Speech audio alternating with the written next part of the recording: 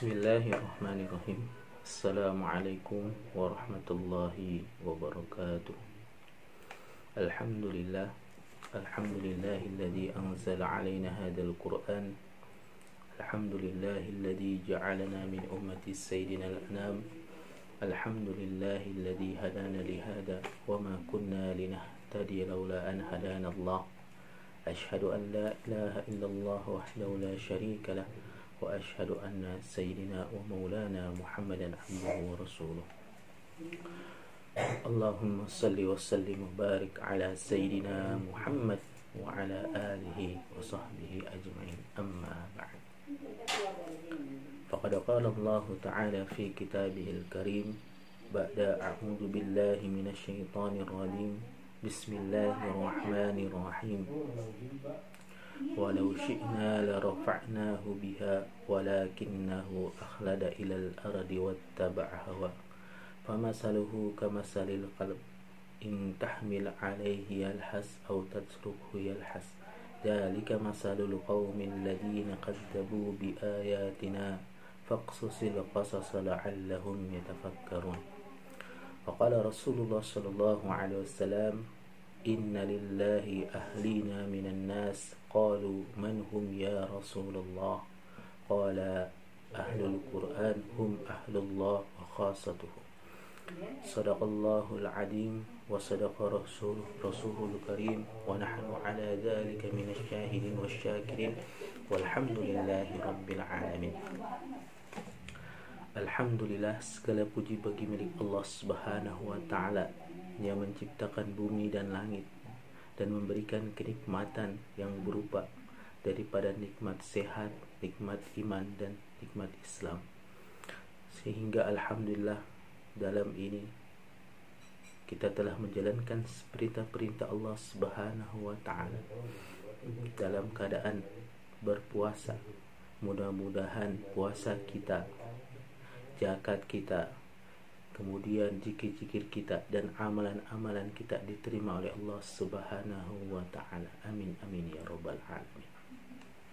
Baik santriwan dan santriwati yang mudah-mudahan Allah Subhanahu wa ta'ala berikan rahmatnya oleh Allah Subhanahu wa ta'ala dan keberkahannya. Amin amin.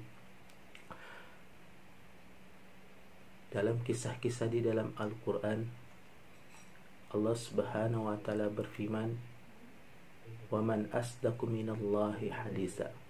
Siapakah yang lebih benar perkataannya dari perkataannya Allah Subhanahu wa ta'ala?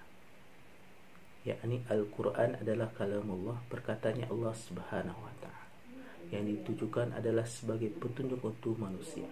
Al-Quran huda linas, yakni petunjuk untuk seluruh manusia, baik dia orang kaya maupun dia orang miskin, baik dia yang berkulit putih atau hitam, atau dia dari Indonesia, Malaysia, siapapun dia.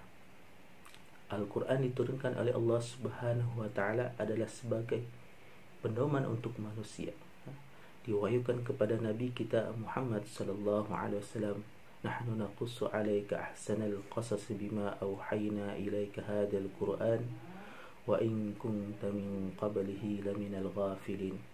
Telah kami kisahkan kepadamu Muhammad sallallahu alaihi wasallam ahsanal qasas, yakni sebaik-baik kisah. Nahnu naqussu 'alaika ahsanal qasas bima auhayna, itu berupa wahyu yang Allah Subhanahu wa taala wahyukan kepadamu hadzal Quran, ini adalah Quran. Jadi Al-Quran adalah sebagai pedoman kita. Di dalam Al-Quran berupa daripada pesan-pesan dan nasihat-nasihat. Dan salah satu metode Al-Quran untuk menjadikan suatu nasihat adalah dengan satu kisah. Yakni bukan satu kisah, tapi beberapa kisah. Banyaknya kisah yang menerangkan tentang orang-orang yang beriman kepada Allah Subhanahu wa ta'ala. Bahkan kisah-kisah para nabi, para rasul, dan orang-orang yang bertentangan dengan agamanya Allah Subhanahu wa ta'ala, Allah masukkan di dalam Al-Quran, bahkan dengan sekelompok orang atau dengan satu orang. Ketika kisah ini telah dicantumkan di dalam Al-Quran, maka sifatnya ini akan kekal abadi. Kenapa? Karena ini adalah Al-Kalamullah yang sering dibaca orang untuk berulang-ulang. Bahkan hak-hak Al-Quran yang setiap bulan Ramadan harus ditunaikan untuk minimal 1 kali khatam. Maka kisah-kisah di dalam Al-Quran yang harus kita pahami menjadikan suatu ibrah bagi kita, sebagaimana firman Allah Subhanahu wa taala, laqad kana fi qasasihim ibratun liulil albab. Sungguh telah ada di dalam kisah-kisah mereka ini ada satu ibrah, yakni pelajaran liulil albab, bagi orang-orang yang berakal. Kita akan mengambil satu kisah, bagaimana kisahnya Nabi Lut alaihi salam, yang Allah Subhanahu wa taala perintahkan kepada satu kaum, yakni kaum Sodom. Kita mengetahui di sana satu kisah dalam hal ini, mereka telah banyak ada perampasan harta, pencurian, bahkan ada satu maksiat yang Allah Subhanahu wa taala sangat benci, yaitu adalah suka dengan satu jenis, laki-laki dengan laki-laki, perempuan dengan perempuan. Maka Allah Subhanahu wa taala perintahkan Nabi Lut alaihissalam untuk mendakwah kepada kaum Sodom. Dengan datangnya Nabi Lut alaihissalam, bahkan kaumnya ini tidak mau juga beriman kepada Allah Subhanahu wa taala. Mereka masih jengkel. Bahkan mereka mengatakan, ketika Nabi Lut bertakwalah kepada Allah Subhanahu wa taala dan beribadah kepada Allah Subhanahu wa taala, karena kebiasaan seperti inilah bukan fitrahnya manusia, bukan dari hatinya manusia, tetapi dengan kerasnya hati mereka menjawab, wahai Lut, uruslah keluargamu sendiri, uruslah dirimu sendiri, jangan kamu urus urusan kami. Maka dengan seperti itu Allah Subhanahu wa taala datangkan bantuan yang di sebelumnya Nabi Lut alaihissalam meminta kepada Allah untuk mengajak kaum-kaumnya ini, karena sudah tidak mau beriman kepada Allah Subhanahu wa taala. Allah datangkan pemuda yang tampan bertamu ke Nabi Lut alaihissalam dengan mengetuk pintu. Kemudian terperanjatlah Nabi Lut alaihissalam dengan datangnya seorang pemuda yang tampan. Kemudian dimasukkan mereka untuk menjaga daripada supaya kaumnya ini tidak mengetahui dengan kedatangan tamunya Nabi Lut alaihissalam. Ketika sudah diperingatkan di dalam keluarganya supaya tidak bocor daripada kepada kaum-kaumnya, hingga akhirnya dalam seperti ini pun telah bocor kepada kaum-kaumnya dengan salah satu daripada istrinya yang bocorkan, yaitu adalah Wali'ah, istrinya Nabi Lut alaihissalam, memberikan kabar kepada kaumnya Nabi Lut alaihissalam, karena dengan adanya berita seperti ini, Nabi bahkan memberikan suatu imbalan seperti emas, perak atau seberupa kekayaan yang lainnya. Hingga akhirnya tatkala Allah Subhanahu wa taala telah turunkan pemuda ini,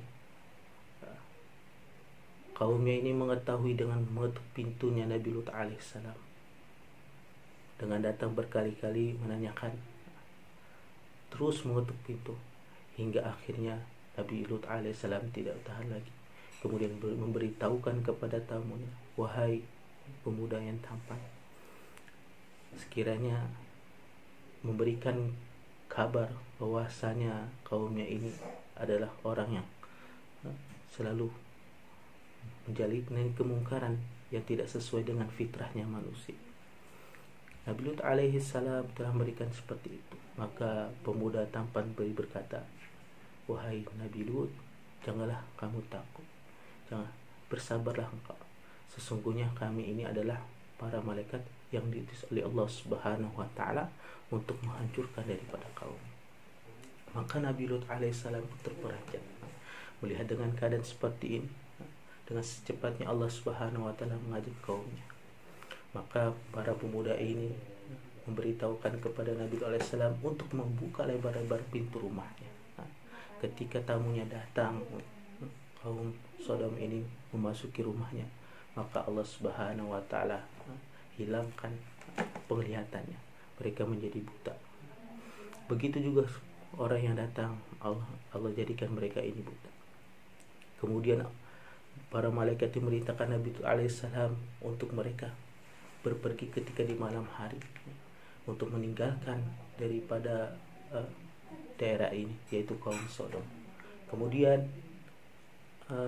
Nabi Lut alaihissalam pergi dengan kaum yang beriman kepada Allah dan keluarganya.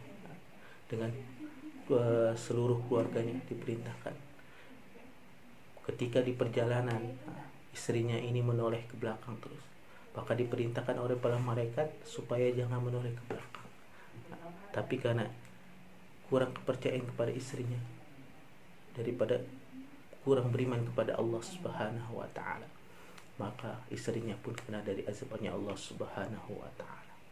Maka di sini kita bisa mengambil suatu ibrah, yakni apabila ada suatu kemungkaran di dalam permukaan bumi ini, janganlah kita hanya berdiam saja, tapi kita mulai untuk belajar, saling memperingati, Dan begitu juga dengan kisah-kisah lain di dalam Al-Quran, masih banyak lagi. Bagaimana kisah-kisah Nabi Yusuf alaihissalam, Nabi Daud alaihissalam, dan Nabi-Nabi yang Allah Subhanahu wa taala perintahkan mereka untuk berdakwah. Maka di dalam Al-Quran ini masih banyak lagi orang-orang yang beriman, bahkan hewan pun yang mendakwahkan daripada agamanya Allah Subhanahu wa taala, seperti semut, karena Allah Subhanahu wa taala senang dengan mereka, Allah kekalkan mereka di dalam Al-Quran. Maka cukup sekian, itu yang bisa saya sampaikan. Masih banyak lagi sebenarnya yang perlu kita merenungkan daripada kisah-kisah ini, menjadi suatu ibrah, pelajaran bagi kita, bagaimana kita bisa hidup dengan yang diajarkan oleh Rasulullah SAW. Wabil taufiq hidayah. Assalamualaikum warahmatullahi wabarakatuh.